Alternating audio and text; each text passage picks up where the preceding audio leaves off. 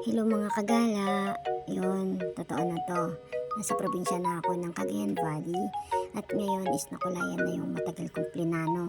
Hindi ako matuloy-tuloy kasi dahil nga na-stranded ako sa bagyong Karina, pero ngayon talagang sinikap ko na makauwi.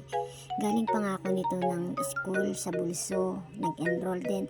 Nung nalaman ko na na-adjust yung schedule ko, minabuti ko na lang na bumiyahe na at lumuwas ka agad para wala nang masayang na oras. Nang sa ganun is matuloy na itong pag-uwi ko.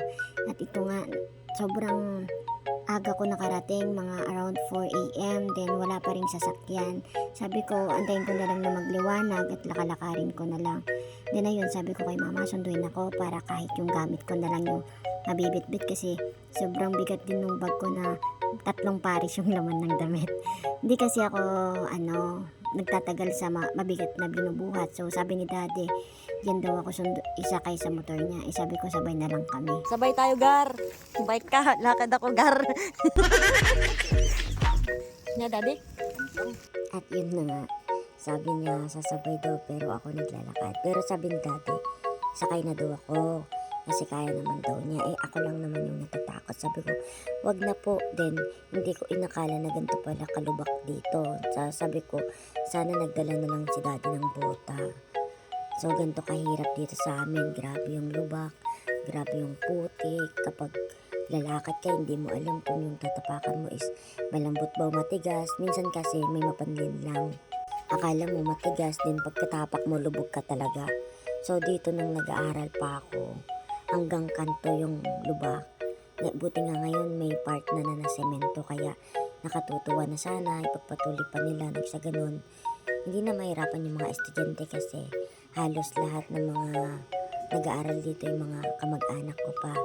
And talagang ramdam ko yung hirap kapag tag-ulan kasi lubak. Ganun. Yung mga sapatos mo, kailangan mong hindi mo na isuot, kailangan mo magpaa-paa, di kaya magbota habang palabas ka din. Dito na nga, napakaaliwalas ng lugar at ganun pa rin. Tulad ng dati, kalsada lang talaga yung problema. Baka naman, Mayor. Tapos yun, malapit naman na ako dumating dyan. Kasi hindi na mabigat yung dala ko. Kinuha na ni daddy. Tsaka wala na akong dala dyan. Yun lang naman kasi bit-bit ko din. Another papasok na naman. Talaga napapakita ko sa inyo. Dito kasi sa amin dati, yung pinaka-place ng shell, yung mga puti, ganun, napuno dyan. So, eto na nga yung bahay namin. Malapit-lapit na ako sa katotohanan. Tapos dyan, madadatnan ko na si daddy, nagkakatay ng ibon kasi sabi niya, may bisita daw siya. Then hindi ko alam, ako pala yung tinutukoy niya.